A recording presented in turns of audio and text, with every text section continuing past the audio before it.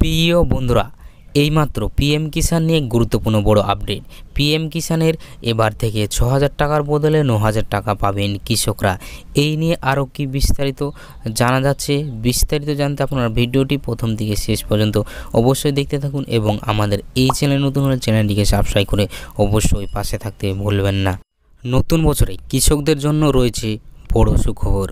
মোদী সরকার কৃষি সেক্টরকে আরও মজবুত করতে ও কৃষকদের আয় বৃদ্ধির জন্য 2024-এ একাধিক বড় পদক্ষেপ নিতে চলেছে সরকার।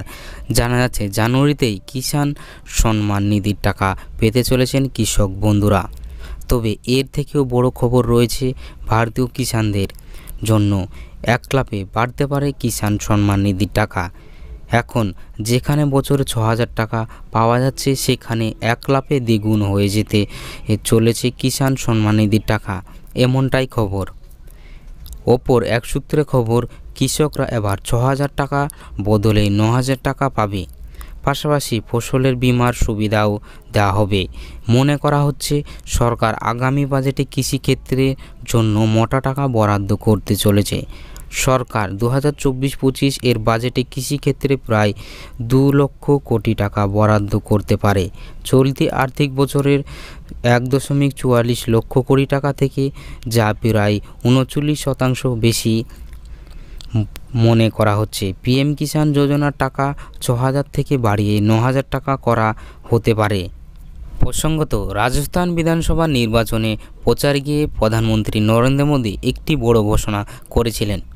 প্রধানমন্ত্রী কিষাণ সম্মান নিধির অধীনে কৃষকদের প্রতি বছরে 12,০০০ টাকা দেবে, যেখানে বর্তমানে পিএম কিষাণ সম্মান নিধির অধীনে প্রতি বছর ৬,০০০ টাকা পান।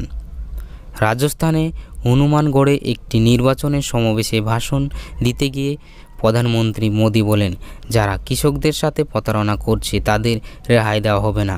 তিনি বলেছিলেন যে রাজস্থান বিজেপির কৃষকদের কাছ থেকে এমএসপিতে ফসল কেনার সিদ্ধান্ত নিয়েছে এবং শুধু তাই নয়, দল ক্ষমতায় গেলে কৃষকদের বোনাসও দেওয়া হবে।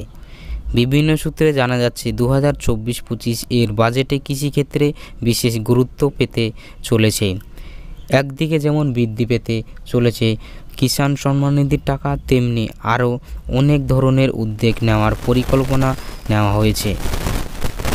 তো বন্ধুরা, আশা করি বিষয়টি বুঝতে পেরেছেন। তো এই ছিল আজকের আপডেটটি ভালো লাগলে অবশ্যই একটি লাইক, কমেন্ট ও শেয়ার করতে অবশ্যই ভুলবেন না। তো বন্ধুরা, ভিডিওটি সম্পূর্ণ দেখার জন্য আপনাদেরকে অসংখ্য ধন্যবাদ।